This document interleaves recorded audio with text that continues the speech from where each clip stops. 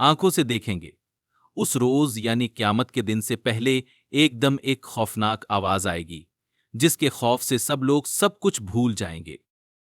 उस खौफनाक आवाज के बाद सूरज फट जाएगा, तारे टूट जाएंगे, चांद बिखर कर रेजा रेजा हो जाएगा और जमीन में दरारें पड़ जाएंगी और पहाड़ रोई बन जाएंगे। समंदरों में आग लग जाएगी, दुनिया तहस नहस हो जाएगी।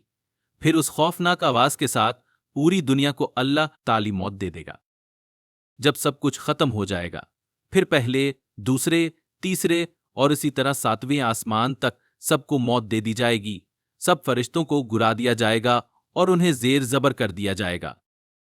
फिर रब ताला फरमाएगा कि कौन बाकी है। आवाज सुनकर मुल्किल मौत हजरत अजराइल कहेंगे कि या अल्लाह, मुझ समेत तेरे 4 फरिश्ते हैं। ये जिब्राइल, मिकाइल और इसराफील हैं।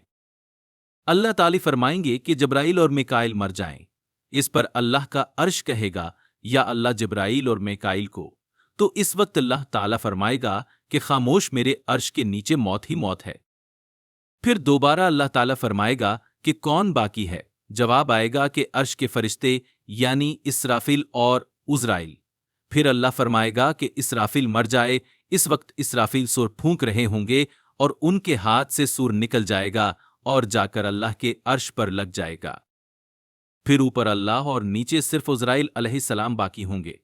फिर अल्लाह पूछेगा कि कौन बाकी है, तो जवाब में उजराइल अलैहिस्सलाम कहेंगे कि बस अब तो मैं ही बाकी हूं।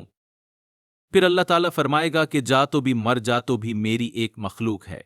फिर अल्लाह ताला कहेगा कि कोई है, मेरा शरीक तो आओ।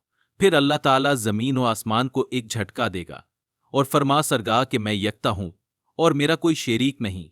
अल्लाह अकबर। अल्लाह तबारक व ताली से दुआ है कि अल्लाह हम सबको ईमान वाली जिंदगी और ईमान वाली मौत अता फरमाए। अल्लाह ताला हम सबको कयामत की तैयारी करने की तौफीक अता फरमाए। अल्लाह ताला हम सबका हामी व नासिर हो। आमीन या रब्बुल इल्मीन।